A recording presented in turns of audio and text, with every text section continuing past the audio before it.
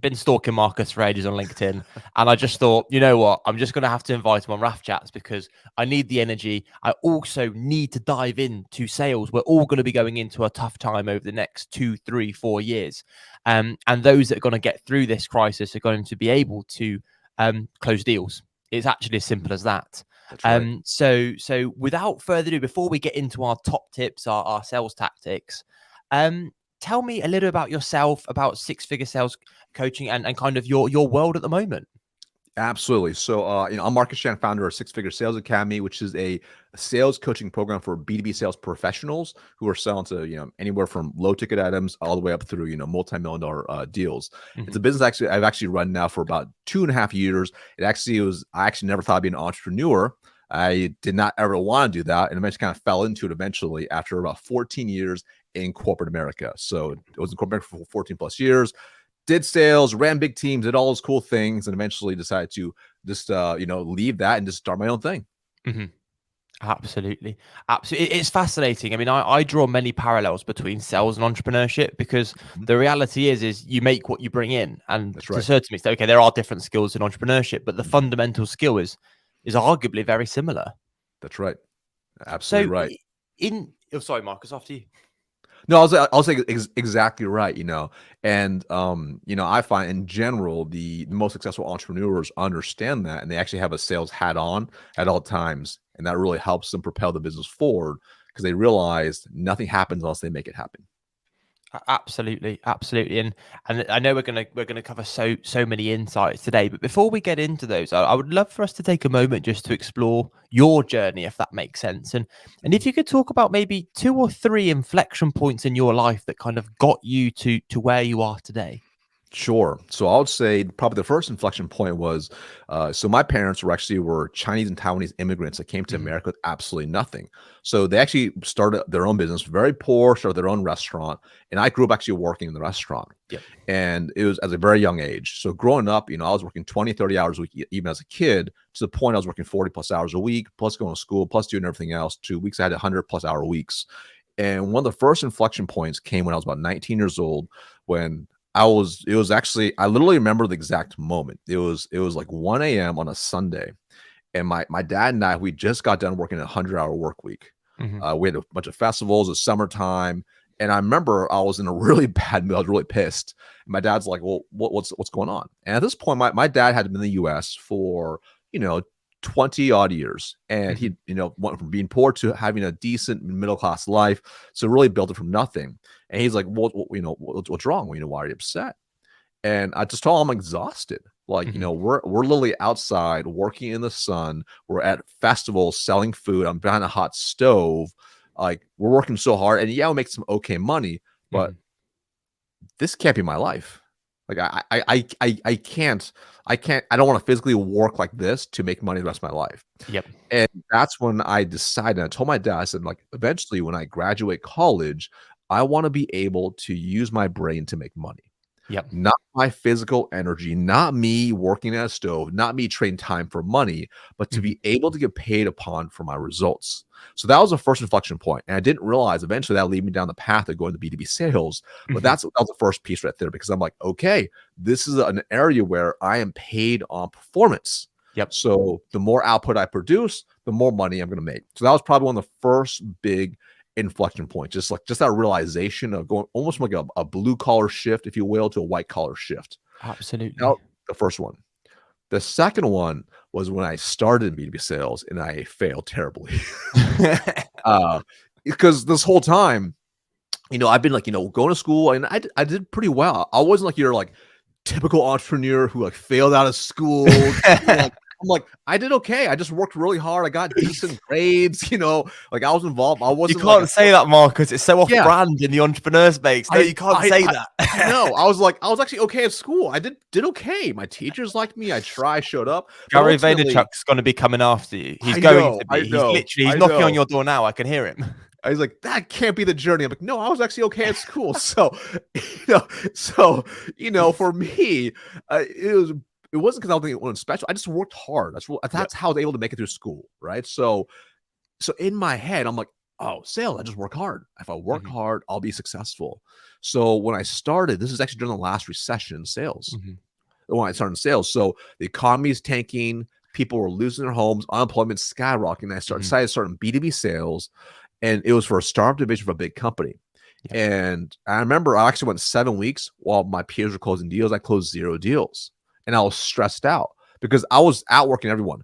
I Mhm. made more cold calls. I sent more cold emails. Yeah. I literally outworked everybody, but I didn't have the results to show it. And this is like the first time in my life I'm like, this doesn't make sense. Like, Mhm. how are my peers who are working a fraction of what I'm doing and they're getting better results? They weren't amazing, but Mhm. they're still better than what I was doing. Yet here I was. If it was a peer activity, the KPI scoreboard, I'm number one in KPIs from just pure output or a Yeah. pure like activity. But Yeah. an Yeah. actual Yeah. result, revenue generate, closed deals, 0. Yeah. And that was the second big inflection point when I realized I simply wasn't good enough. Mhm. And that was a realization where if I wanted to achieve the goals I had in place, I had to become better at my job. So that's when I really started to, like just to, well, first off, really, you realize pretty quickly our true education begins after we graduate. And that's Yep. when I realized that. I'm like, oh my God, like everything I learned in school was kind of not gonna help me now. I need to go get some real education. And that was a big Mhm. part of it. And that was a big key for me to realize that, hey, if I want to achieve anything in life, I have to go figure it out and solve it and become better to get to that point. And that was when I realized if I wanted to really achieve big things, the only thing holding me back was my mindset, my skills, and my execution. Mhm. So that's what I started focusing heavily on. So that was a big inflection point because ultimately that mindset helped me in every role I was in, and it's gone. It's just been paying dividends ever since. Brilliant. The bit that really jumps out at me here in your first points are around hospitality. Again, I know we're going to get into this in a moment, but Yeah. the fundamental skills that gives you in terms of emotional intelligence, understanding to serve customers' needs, listening to the customer, and frankly, just working very, very, very hard and always being on stage Mm-hmm. is, I think, quite tantamount and quite appropriate in terms of how you transition that into your sales skills. Mm-hmm. And it's really interesting. I similarly started working in my father's restaurant when I was 13, and I won't lie to you. That actually, weirdly for me, it was a little bit different. I am more the classic story, and I really did struggle with school. Mm-hmm. Partly because I didn't try that hard, but also partly I just wasn't that smart. So it's kind of probably a joint effort. But when I got to work, if that Yeah. makes sense, going Sure. through work, understanding, oh, I can do this, Mm-hmm. but this is really hard. If I do a Mm-hmm. bit more at school and I focus more, then I might not have to do this and I might make some more money. So Right. again, just those experiences were just fascinating, and obviously failing. So I'm pumped to hear the third inflection point. How did he turn it around? Yeah. So, well, that was definitely a big peak. Eventually, I figured it out. Now it was really really neat. And I'll say probably the third inflection point was it was actually 2015. It was a realization of who I become over the last 7 to 8 years. Hmm. And it was at that point where, I started my corporate career in B2B sales, like college grad, 2007. And, 7, 8 years later, at this point, I don't only work for 2 companies, Hmm. and I've been promoted 10 times in that time frame. And I was now leading a sales force over 100 plus employees, and had won all the awards, President's Club, Elite Awards, made tons of money, and that was all gravy. And I was like, cool. And in my head, I'm just like, I'm still that broke Chinese kid who grew up in the back of the restaurant, who Hmm. just worked really hard and man just kind of figured it out. Yeah. And at this point, I remember like I was one of the youngest directors in the company. This is a Fortune 500 company, and people were like, a lot of my reps, my leadership team, they're like, how did Hmm. you do this? Like, I'm like, do what? Like, how'd you get promoted so many times? How did you win all these awards? How do you seem to have the golden touch? I'm like, there's no golden touch. I think I just work hard, I think. And it was at that point, people started saying to me, say, Marcus, you should write a book. I'm like, write a book? I'm like, I don't want to write a book. I'm just a regular guy. So I started to actually, the inflection point was this. It was realizing that I actually had some sort of skill that people actually wanted to learn about. I actually Yep. had something in my head, in my mind. I thought everyone knew this stuff that Yep. people actually would want. So what I actually did was I learned how to, this is before like ebooks and those things were like a thing. This is Mhm. 2015. So I learned how to write an ebook, how to monetize it, how to build landing page, sales page, how to do those things. I had no idea how to do that. I figured it all out. And it was a little less saturated of a market as it is now, but I learned how to do that. Absolutely. So I started, making a couple $100s a month, and I thought it was really neat. And that was a major inflection point that when people were actually buying that, people actually saw value in what I actually had in my head. Because in before, I'm like, why would anyone ever pay me for this? I think Absolutely. I mean, did you this is what find it everyone knows. difficult Yeah. to deconstruct what? So when you were looking at that book, because obviously you were just Yeah. grafting, putting the hours in, and you were getting the Yeah. results. When you were writing Yeah. that book, was it hard to deconstruct how you achieved that success? It was. It really was. It was like, how did I do it? I can't just say work hard. It- I'm like, I had to really take a step back, and I remember like, I would like, I literally talk to my leaders and I would get their feedback, I was like, hey, so what do you think it is? And they would tell me like, well, it wasn't because the first book I wrote was like this ebook. It was like, I called it, I called the corporate climb, Mhm. how to promote 10 times in 10 years. Yep. And it was like, they're like, well, like, you obviously you do well at your job, but you do way beyond that. I'm like, oh, like, what do you mean? They're like, well, whatever you put your hand on, you try to make it better, and you try to teach everyone else that. I'm like, huh? Like, well, for example, so one of the examples was, like when I had joined this new team, changed company 2011, joined this new team, and it was the worst team in the company. Didn't realize that, and I started having success. And I was taking parts of the process and I completely reworked it. I'm like, I think it makes more sense this way. And I'll just do it for myself and have results. And then I'll just pull people aside and teach them. Mhm. And they'll be like, oh, that makes more sense how you break it down. I'm like, okay, it's kind of obvious, I think. And they're like, yeah, you just made everything better. Like from everything from how you would tee up your prospects so it would be an objectionless close at the end, like the way you structure your question, I'll just teach them that stuff. So I would rework everything from how people would take notes on document. I'm like, no. Do it this way, because this will help you stay more organized and you'll be way more efficient. So just simple stuff like that. I'll just rework everything and I'll just make it my own style, because I've always had a firm belief that we have to be the author of vision. So I'll just take things and make it better, or I'll build something to solve an issue that I was having that no one else can have a solve for. So that was just like you just do that. I'm like, oh, cool. I'm like, oh, like, okay, it's ultimately a discretionary effort. So if you actually are doing that and you actually take ownership, that step, if you will, to becoming promoted, right? So it was just these ahas and epiphanies, that stuff that I thought everyone did, nobody did. It's easy to say, hard to do. So, and I think that sums up sales very, very well, more broadly as a theme. Is that everyone seems to talk a good game when it comes to sales. Correct. But it's about delivering numbers. And I think one of the big challenges we're going into the moment, and one thing that I really want to explore with you is, what are the key themes you're thinking about when coaching and building sales teams in this kind of hybrid environment? Because sales is about momentum, it's about energy, it's about creating an environment where people feel comfortable to ask tough questions, because sales is hard. Like, let's not beat around the bush. Like, it's uncomfortable. Oh yeah. No, it's not an enjoyable thing to do. Like, sometimes it is, but let's face it, a lot of it is grindy and a lot of it is taking rejection. So when we're all in a room, I kind of get how you manage that a little bit. But with this kind of hybrid era, what are you saying to firms that you consult with to how they cultivate a positive sales environment? Well, I think there's a couple of key things that are really important, right? So there's there's 3 core levers that really can drive the actual culture of a company, the performance, everything across the board, whether it is in a hybrid, remote, completely in-person environment. Doesn't really matter. So number 1 is a leader. That is absolutely key. Like, if you have the wrong leadership in place, or you have a bad leader at the very top, that impacts everything. And that leader as well, because they're also, like, depending if they're like middle management, they're also the filter, if you will, from any bad leadership. Yeah. So because if the reps reporting directly to them, and let's just say if the CRO, head of sales, is actually just really not a good leader and really negative, that will flow down.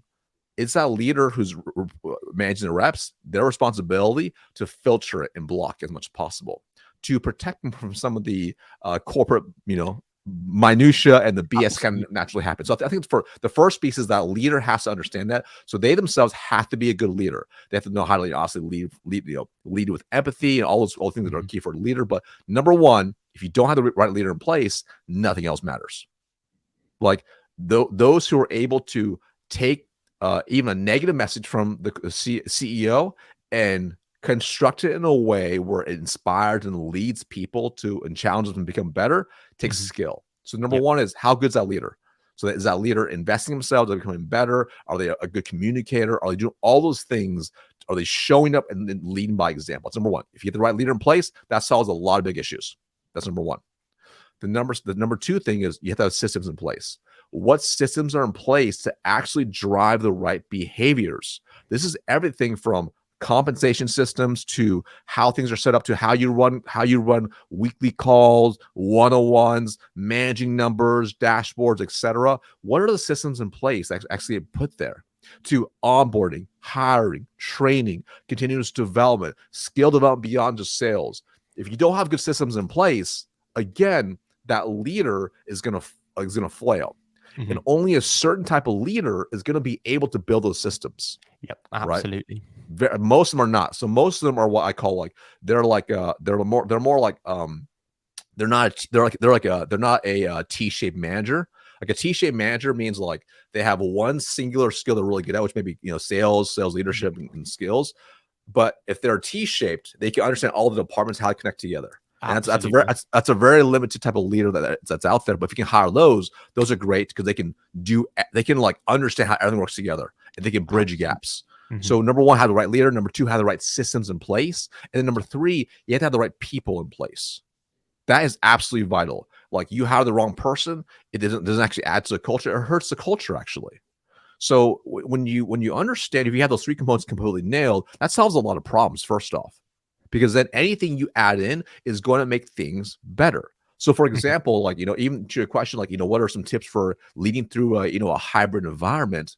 Well, if you have a good leader and you have these systems, the first people I'd ask would be the reps.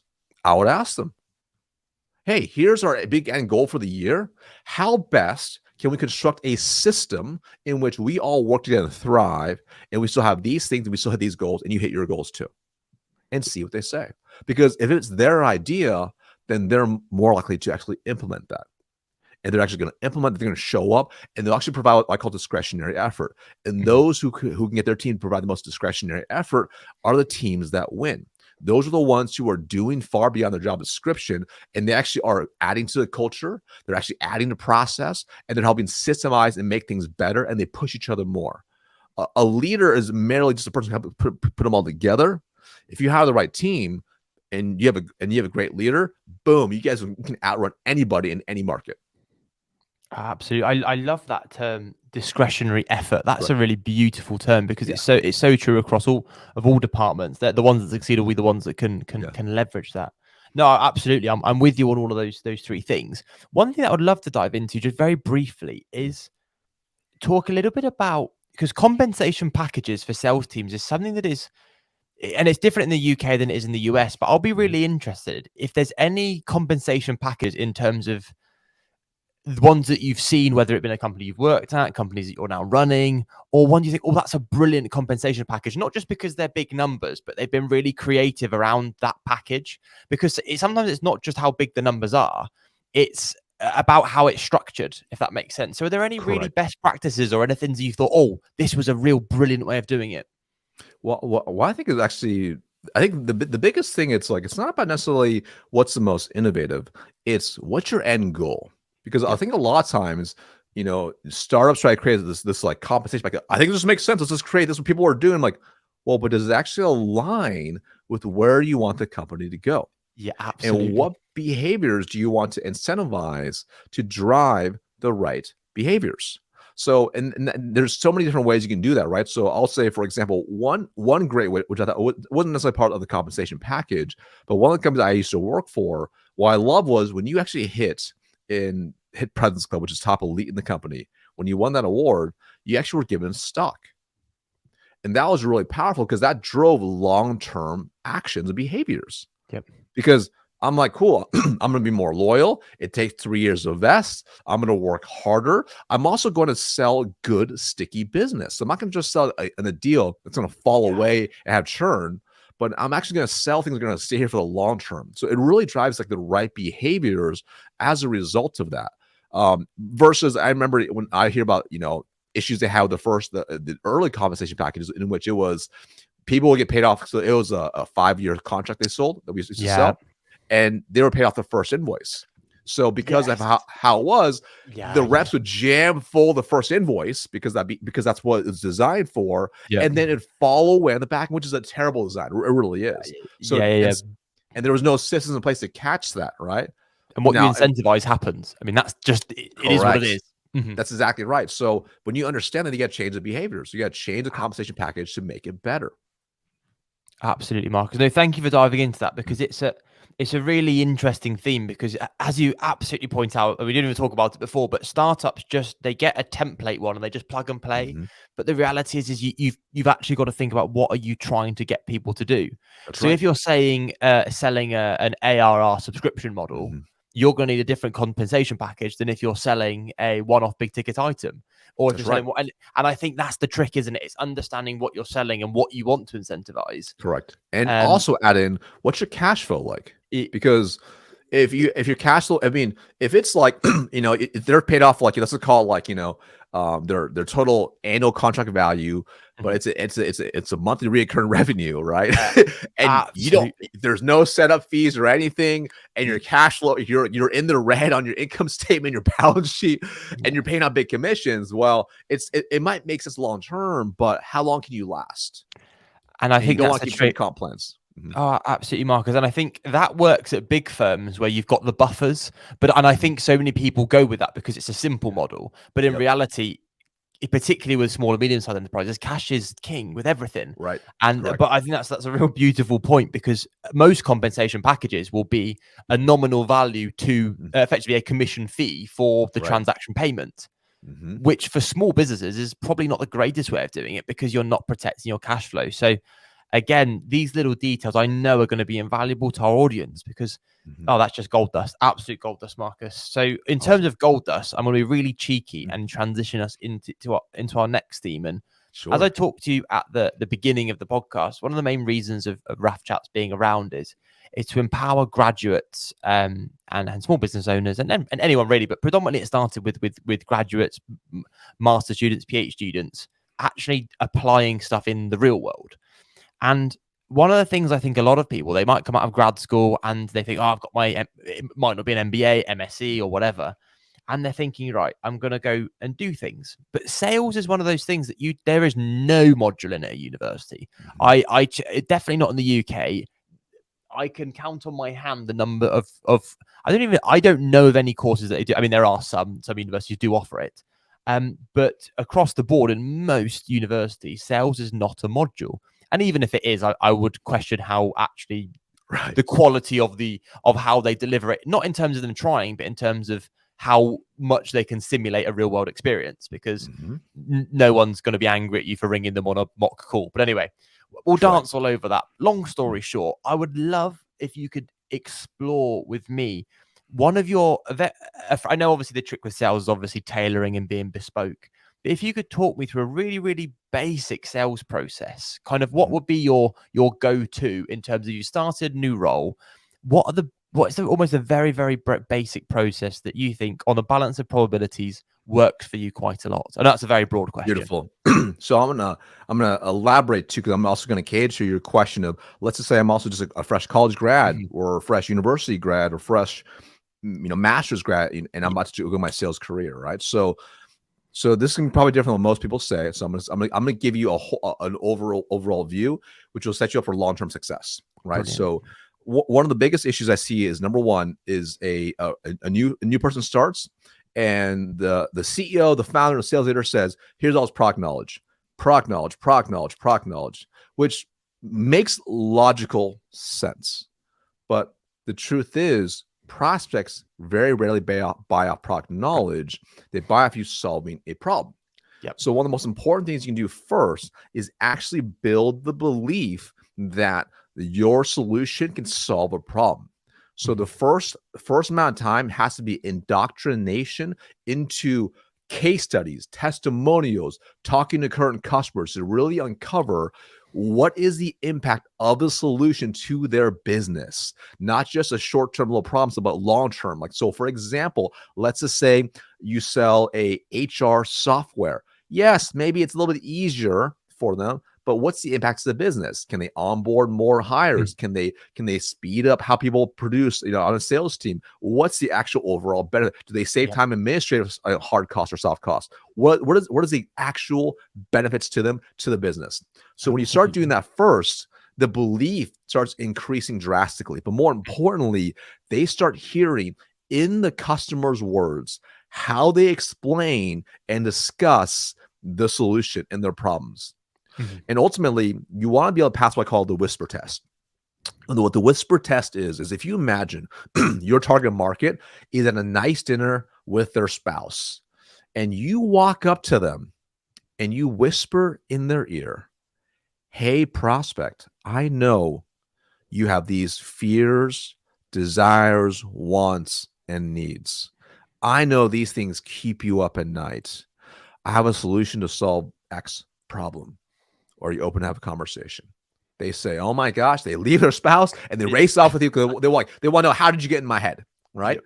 And that's what's called the whisper. So ultimately, that's the first stage, is uncovering and knowing your prospect inside and out. Because if you can understand that, that's going to impact what you say on the phones, what you write emails, and how you have conversations and how you ask questions and structure the rest of your sales process. That's the first thing. But also more importantly, now you have belief. When you have massive belief, then you're going to take action, do the things that are actually required. So for example, if you get rejection and they say, oh, we don't like your service, we don't like your product, we used it before. If you get 2 meals in a row, if you don't have any belief, you crumble. And every call after that gets worse and worse and worse. However, if you have solid mental references, mental models of how great the solution is, you're like, that makes zero sense. I know this works. I've literally talked to 100 customers. You've lived it. Absolutely. You lived it, right? And this is before you even started selling. So that's the first thing you want to do. And then on top of that, of course, then from a simple sales process perspective, then it's very simple. You got to start off first prospect, which is filling the funnel up. That's booking qualified meetings with qualified decision makers on your calendar. This could be outreach from phone, email, direct message on social media, to anywhere, but it's usually a mixture of all of the above. And your goal is to book qualified meetings. Once you're in the qualified meetings, depending on how the company is set up, you'll probably start off with a discovery stage first, which is really uncovering the needs, wants, and desires of everything they want. I have a whole framework for that, but that's the basics of that. Then from there, then you go into a demo presentation. You solve the problem. You show them how you can solve it, and then you close them, or you handle objections, and then you close them, and then you ask for referrals. That's a very simple step-by-step process across the board. But it starts with massive belief. I love it, Marcus. I absolutely love it. I'm so glad you talked about just go and speak to customers at the beginning that are already working with your product. I think it's such an easy way in to ask them what have they enjoyed about it, what have they not enjoyed about it. And for me, it goes back to the question of, if money was no option, and this is more of an entrepreneurial question, but what would we be providing to our families, or the people that are working with, or the business partners, or whatever? Right. What does that look like? And when you look at it from that perspective, as a salesperson going in and you're asking those questions to those families, you know why it's good, but you also know the objections. And I just think it's so immensely powerful. And if you can do it face to face a few times, even better. Because it's just, I've had exactly the same experience. It's been life-changing in terms of conversion, because it's the belief. What that does is it gives you the belief. Because at the end of the day, none of this is rational. Most of it's emotional. That's right. And both for the buyer and the seller. So I just think that's just so beautiful. I'm not lost for words, because it's just really interesting that it's something I've really been embedding with my own firm at the moment. And it's just been absolutely incredible. I knew we were doing a lot of the process in terms of speaking to customers virtually. We've really now leveled that up, and now doing a lot more in person, and the difference in interaction, and also the perturbations of other opportunities from in-person meetings is exponential. So I think that's absolutely brilliant. One thing two things I'll say. Firstly, obviously I'm going to LinkedIn I'm going to link Marcus's LinkedIn in the description, because he posts so much brilliant actionable content and tips in terms of the different themes that we've talked about today, whether that be filling your funnel, whether that be cold emails, all of the key tactical information that you'll need to implement. You're going to follow him, and you're going to have all these insights there. So in terms of touch points, so reaching out on social, reaching out by call, I know you're obviously going to do different ways of doing it, but are there any messages? Do you send an email? Do you message on LinkedIn? Are you articulating different points through those different mediums, or are you articulating a similar message? So it depends, right? So, one of the most important things to understand this is, where are your prospects hanging out? And I Yep. think a lot of time the mistake people make is they say, I'm going to create this cadence, this email cadence, and I'm just going to fire this off. It's going to have like, 20 emails over like 2 months. And then it's going to go at the very end. A certain percentage will fall out and a certain percentage will book meetings, etc. And I kind of work those. You can definitely do that, but where do they hang out? Is it on LinkedIn? Is it on TikTok? Is it on Instagram? Is it in Facebook groups? Is it in email? Is it at trade shows? Is where are they hanging out? And that's what you want to go. Because I think about it, it's as if the whole world is one giant ocean of prospects. However, there are many areas where no fish swim. So you got to figure out, what pools of water do your prospects hang out, and that's where you want to go first. Now, if they're pretty much everywhere, and you get their phone numbers and emails, my go-to is almost always a phone call first, pretty much every single time.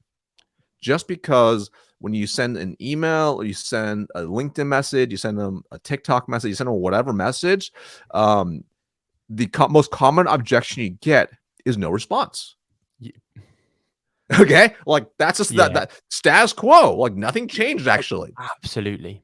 So if I have a conversation with them, I can handle objection. I can have a conversation. I can discuss what's actually on their mind and overcome it. Well, you'll at least learn something, won't you? I think that's the trick, isn't it? It's you're going to come away with something. That's right. It's exactly right. That's why my go-to is always the phone, right? And the reality is like, let's just say if you make 100 calls, and whether it's over 1 day, a week, whatever you want to do, let's just say it's over a week, doesn't matter. On average, it is a 10% connect rate, meaning 10% you'll 10% of the time you'll talk to a decision maker. So that's 10. So depending on how good you are conversions, right? If you're really good, you'll book 80, 90% of those people out of 10, right? If you're not very good, you'll probably have less. Okay. And then when you understand that piece, then the other 90 didn't talk to, right? You drop a voicemail. Yeah. If you follow me on YouTube, I actually have a voicemail script that gets a 70% plus callback rate. So if you leave 90 voicemails now, and let's just say you even get a fraction, let's just say you can get 10% to call you back. Okay. Yep. That's 9 people calling you back. If you have a high conversion, now it's potentially 8 to 9 more qualified opportunities on your calendar. Right. So that's why I think it's important to say, number one, like, where are your people hanging out, and go after that method, but also understand where are your strengths too. I think that's probably a second. Where are your strengths? Like I can write cold emails, I can send great cold video messages, I can do all those things, but I know on the phone I can flow, right? Because I have frameworks to follow. If I'm on the phone with them, I can have a conversation and have a higher chance of booking a meeting versus an email conversation, a direct message conversation, in which they might just stop talking to you. Yeah, and like you say, absolutely, Mark, as you point out, there might not be your strengths. I mean, I'm fortunate. My strengths are Loom videos and calls, which for sales, great, is kind of is a happy days. So no, and I'm just sort of drawing a little diagram of a person, and then sort of saying, right, I need to LinkedIn nudge them, I need to email nudge them, but actually calls are king. That's right. But obviously, calls are only good when you have confidence. That's right. And how do we get confidence? We learned that earlier in the podcast. We're going to talk to previous customers. So I think if you do those symbiotically, that relationship, the development is going to be incredibly prosperous. And I mean, for me, that just flows beautifully into my final one of our large questions, which is all about the recruitment of sales talent. So what would you say are your 1 or 2 non-negotiables when you're sitting there in front of a sales candidate that could be in your team? I'm just going to give you one simple one, right? Because this might overshadows probably majority of things. Brilliant. Because there's going to be obvious ones. Yeah, you want them to obviously work hard, be ethical, and do all that's like a given, right? Coachability. Coachability is the number one thing. If they do whatever I basically coach them on, they will print cash and make more money than they ever thought possible. I know that. But if they're not coachable, they have an ego, then we're going to have bigger issues, because they're ultimately going to be unwilling to do the things. Or if they do it, they won't give it 100% intention, right? Yep. And when I talk about coachability, it's not just doing what I tell them to do, right? But it's doing it and giving 100%. Yep. The mistake a lot of people make is like, oh yeah, I'm coachable. I do what my boss tells me. I'm like, are you though? Like, if you are going to prepare for a call, how do you prepare for a call? Are you preparing the way it was taught to you and trained to you and coached on, or are you just checking the box? Yep. So it's a level of living consciously versus unconsciously. And those who are most coachable, it's always wild. They're not doing anything crazy. They're just doing the basic things wildly well. They're doing the most boring things extraordinarily well, consistently. So over time, they get better and better and better, and they get better results. Absolutely. I think that's a beautiful point. A little point of minutia, I know I pushed asked in the previous question, is cold calls per day. Give us a number, a ballpark. What are we aiming for? Yeah, well, it depends. Because if you're selling into the enterprise space and you're selling massive multiple 6-figure, 7-figure deals, you're probably not going to be crushing 100 calls a day. Mm-hmm. Right. So I think the key is understand this is like every metric that's put in place has to have there has to be a reasoning behind that. So I'll give you a really good example. So I knew at my last company, I needed to run between 13 to 15 new discovery calls of new fresh prospects every single week. Yeah. I knew for me, I needed to make approximately 70 to 80 calls each week to book. I just knew because of how well I prepared the list and how I did things, I could do that. Now, the other reps who were not as intentional, they didn't build a good list, they didn't practice, they didn't actually know their stuff, they would have to do 160 to 200 calls, and they still wouldn't get to that point. They still wouldn't book 13. Yeah. Correct. So you have to understand that, but the way you understand how many calls you need to make, you start with the end goal. How many deals do you want to close for the month, for the quarter? Yep. And then once you know what that is, you work backwards with your closing ratio, so you know how many opportunities you have to have in your funnel. And you start working backwards from there. You start mapping out every conversion point. You'll figure out, okay, cool. I need to have this number of calls each day or each week. So I'll give you an example. So, one of my students in my program, they asked me, Marcus, how many calls should I make to hit this quota? I think their quota was like 35K. We broke down by what their deals were. They're like, yeah, I mapped it out, and that's my quota. And I need to make, I think, like 30 calls a day. I say, cool. I said, that's good. But I'm like, do you only want to hit just quota? She's like, what? I'm like, yeah. Absolutely. Why not? I got you. Do 200% your number. You hit the accelerators. She's like, oh my God. So now the number changed. So it went from 20 calls to 40 calls with the same conversions. And I said, build a buffer on top of that. Build a buffer because absolutely. You build a buffer. Now it's 50 calls, right? Because then if you have that, once you know what the numbers are, that's what there's intention to it. And the mistake I think a lot of leaders make is say, hey, Marcus, I want to make 100 calls a day. That's an arbitrary number. That's an absolutely arbitrary. There is no science behind it. So you know the math, you work the math, and then you work towards those numbers. And that's actually how you become excellent in your craft, because you actually understand why. Okay, cool. Absolutely. If I can focus on booking 3 meetings a day or 2 meetings a day or 1 meeting a day, and I do X number of calls, I'm going to get to my goal. Absolutely. And that's how I start thinking. And buffers create belief as well. I mean, this is the thing Correct. as well, that there's so many little of these touch points, that so much of this is about momentum and your own self-belief, that if you can do that consistently, it will be life-changing. And people find once they hit quota once, or they beat quota, or they get their bonus, what do they do the next month? What do they do the month after? Correct. It becomes much easier. It's just getting that first time. But to get that first time, you need structure, you need diligence, you need commitment. And that's why I implore everyone to get some form of sales coaching if you've never been trained before, because it is tough. And sometimes just having someone that's been through it is so valuable. So I just know you'll have people reaching out, and just even if you're just starting with engaging with people's content, like look at Marcus' channel. There's some brilliant LinkedIn sort of top voices, which I know Marcus is one of them in sales on LinkedIn. Their content is genuinely game changing. So everyone, please use it. And as we kind of transition into our last 2 questions that I've got for Marcus, the first one is, what's been something that you've invested in yourself recently that's been worth your while? Sure. So I invest quite heavily, right? So like last year I invested about $100,000 in coaches and masterminds. Mhm. This year, I've already invested. Let me see real quick. I've invested so far $75,000 so far this year in coaches and stuff this year.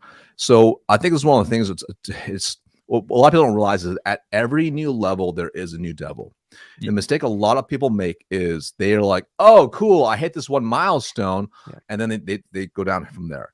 But they don't realize they're setting the goals too low. So in order to continue to level up, you have to constantly invest into yourself and become better and better and better. Yeah. So, for me, this is like, I'll give you an example. So this year, the coaches I invest into, so I'm writing a book. It'll come out in about 7 weeks. We're almost done, but I invested in coaches to help me. So I actually write a good book. Yeah. Like I can write copy. Yeah, I can write posts. Yeah, I can like do these things. Yeah, I can like, I have videos on YouTube. Like, but do I actually know how to structure a book in a way that's actually having an impact versus just being another book on a shelf, right? So they're like, I don't need to know how to do that. I just need to find someone and pay them to teach me how to do it. And then I can take that and save myself massive amounts of time, right? So like, for example, like I just started working on the book, like, I don't know, 2.5, 3 months ago. It'll be published by the end of August, right? Yep. Probably could have been faster if I was a little faster, but my point is like some people will take all this time and I just save myself all this time instead. So some people take years to write a book. And I'm you've doing it in a leveled few up even months. more on your last Correct. ones each, and I think that's the thing. Correct. I mean, I experience this very much in the sporting world that Yeah. you see a fence, you overcome that hurdle, you Mhm. get to a new level, you play at a new tier, you play in a new league, but you get over that and you think, oh, actually, you start playing with players in a different league. You think, oh, That's right. wow. And it's the Right. same in the world of business that you're 100%. constantly need to be improving Yeah, until we're in the Champions you League. gotta habit stack. That's the mistake I think a lot of people make. They don't habit stack. They're like, oh, I'm really good at this. Like if I only said I'm gonna be really good at sales, then I wouldn't got promoted. Yep. Right. Like I learned how to actually influence, actually learn how to lead people. I learned how to take what's in my head and break it down in digestible ways so people can actually replicate success. I learned how to build systems. I learned how to market. I learned how to work I learned all these things over time. So what happens is if you have zero intention, you live a life that's average. Yep. But if you actually live intentionally and you realize, if you realize if you work hard if you just work hard at a job, you make a living. But if you work hard on yourself, you actually make a fortune. You start doing different things. You start consuming different things. You start investing in different things. You start taking your money and you turn into more money by investing into appreciating assets, whether it's yourself or other assets actually will make you more money. And it's just it's not just money, it's time, being diligent Correct. around the investment of your time. And I think that's Correct. something that we talk about a lot on this podcast, because being resourceful with how we use our energy. So no, I'm with you 100% on that one. So we'll keep looking at courses, we'll keep investing in ourselves. Now, the last way I like to finish Raf Chats is with a few words of wisdom, a quote of something that you like, or any real, I know we've done so much advice, but any last few words for our listeners that they can take in to this week, charging and absolutely hit their quotas. Absolutely. So a couple things. Number one, this is probably one of my favorite quotes. Is by Aristotle, which is, "We are what we repeatedly do. Excellence is then not an act, but a habit." And it's one of my favorite quotes because I think a lot of people, if you kind of work hard, sometimes a little bit of luck, you'll have one good year, 2 good years, you'll have one President's Club, you hit one award, and it's cool, but very few can be consistently successful. And when you understand that, you realize if you are actually consistent with your behaviors, your thoughts, your habits, you can far exceed anybody else. That's one of my favorite quotes, and that's a massive competitive advantage, right? So that's number one. I would say the next piece of advice would be only take advice from people who only achieve what you want to achieve at a mass level consistently. And I share, especially, for example, in the sales coaching space, I can't tell you how many sales coaches I've talked to who are struggling in their own business. They themselves don't have enough sales. It's absolutely insane. And you start finding out many of them maybe only had one banner year, one big account, but they actually weren't that even good to begin with. Yep. Right? That's kind of like having a personal trainer who's out of shape. So that makes zero sense to me. I want a personal trainer who's in the absolute best shape. All right. Now, the third piece of advice I'm going to recommend here is take a look at what you're doing right now, your activities, everything you do. Are you doing what the best version of you would do that's achieved all your personal goals 1 year from now, what it's doing right now? Do a time audit, review yourself. And a lot of times, it's not just necessarily adding the right things to do, such as what I call IPAs, income producing activities. Oftentimes, it's addition by subtraction. It's eliminating the things that don't serve you. For instance, if you grabbed your iPhone and looked at screen time, how much time is spent on social media that you can cut out and give yourself back an extra hour, 2 hours, 3 hours, 4 hours, or more per day? You start realizing, wherever you put your focus is actually will expand and grow. So if you understand that, and you're not getting what you want to do, if you're not getting results you want, change what you focus on, and you'll see that grow too. Absolutely. Powerful, powerful, powerful words to end this glorious edition of RAF Chats. Marcus, I cannot thank you enough for your time today. Thank you so much for your generosity of your insights. And we'll pop the links into your LinkedIn below. So thank you so much, and have a glorious rest of your day. Thanks so much.